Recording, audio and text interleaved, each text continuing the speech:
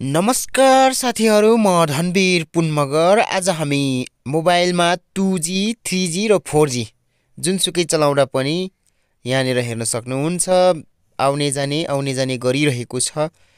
यो समस्यालाई हामीले कसरी सुल्झाउन सक्छौं त्यो समस्या हामी तपाईलाई देखाउनै छौं। माथि देख्न सक्नुहुन्छ 2G हल्लिरहेको छ र मैले यसलाई चाहिँ अब 3G मा हाल्छु। 3G मा हाल्दा पनि त्यस्तै समस्या देखिन्छ। हेर्नुस् है, यहाँनिर चाहिँ म 3G लाई गरे।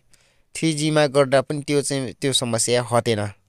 माथि चाहिँ 2G र 3G चाहिँ आउने जाने गरिराखेको देख्छौं हामीले।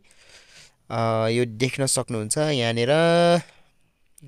र यो चाहिँ हाम्रो जिरो ब्यालेन्समा चाहिँ त्यस्तो हुन्छ है। ब्यालेन्समा कुनै पनि ब्यालेन्स हुँदैन र त्यति बेला चाहिँ हाम्रो यो समस्या आउँछ। यसको लागि साथीभाइकोबाट ट्रान्सफर गर्दा पनि 422 स्टार 422 स्टार गरेर गर्दाखेरि इन्सफिसिएन्ट ब्यालेन्स भनेर देखाउँछ र यो समस्या चाहिँ त्यस्तो हुँदो रहेछ है। 4G मा लान्छु। 4G मा पनि हेर्न सक्नुहुन्छ माथिनेर चाहिँ 4G मिलिक गरिराखेको देख्छौं हामी। यहाँनिर हेर्नुस् 4G चाहिँ यस्तो गरिराखेको देख्छौं हामीले है। र अब हाम्रो एउटा उपाय भनेको चाहिँ रिचार्ज नै गर्नुपर्छ। हामीले अहिले 50 रुपैयाँको रिचार्ज गर्छौं हामीले। यो चाहिँ जिरो ब्यालेन्समा चाहिँ यस्तो हुँदो रहेछ है। यो समस्या सबैकोमा आउन सक्छ र त्यसकारणले चाहिँ मैले यो समस्या तपाईहरुलाई कसरी समाधान गर्ने भनेर चाहिँ यो बनाएको हो छोटो भिडियो।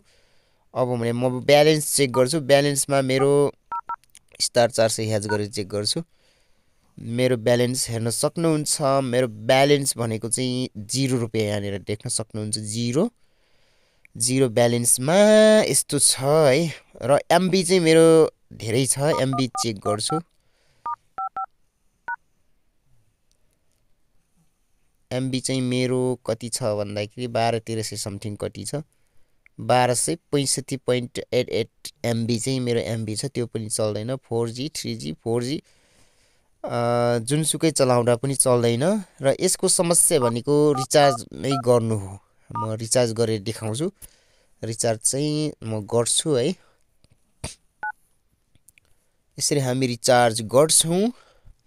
रिचार्ज गरिसकेपछि यहाँनिर तपाईले देख्न सक्नुहुन्छ 49 रुपैयाँ 2 पैसा एकदमै जिरो थियो र मैले 50 रुपैयाँ रिचार्ज पनि गरे। रिचार्ज गर्दाखेरि 49 रुपैयाँ 2 पैसा देखायो। अब चाहिँ म 4G मा हालेर देखाउँछु। माथि मेरो 4G चाहिँ अब राम्रो चल्छ है त। यहाँनिर देख्न सक्नुहुन्छ 4G मेरो अहिले चाहिँ आउने जाने गरेको छैन। बो LTE पनि देखायो र हामी अब युट्युब मातिर चेक गर्छौं। युट्युब तिर चाहिँ चेक गर्दाखेरि यहाँनिर देख्न सक्नुहुन्छ है। अब चाहिँ चल्यो। तपाईहरुलाई लाग्न सक्छ रिचार्ज गरेर यो चलेको भनेर चाहिँ तपाईहरुलाई लाग्न सक्छ, तर पनि होइन। माथि हामीले यो समस्या केका लागि बनाएका थियौं भन्दाखेरि माथिको 2G 3G र 4G जुनसुकै अप्सनमा हामीले चुज गर्दा पनि हाम्रो नेटवर्क आउने जाने मात्रै थियो है। त्यसको लागि गरेको र अहिले रिचार्ज गरिसकेपछि त्यो समस्या हामीबाट हटिसकेको देख्न सक्छौं। हेर्नुस् मेरो युट्युब च्यानल GSM ब्लग भित्र तपाईले देख्न सक्नुभयो र धनवीर प्यासी मगर युट्युब च्यानललाई पनि सब्स्क्राइब गरेर साथ दिनु होला।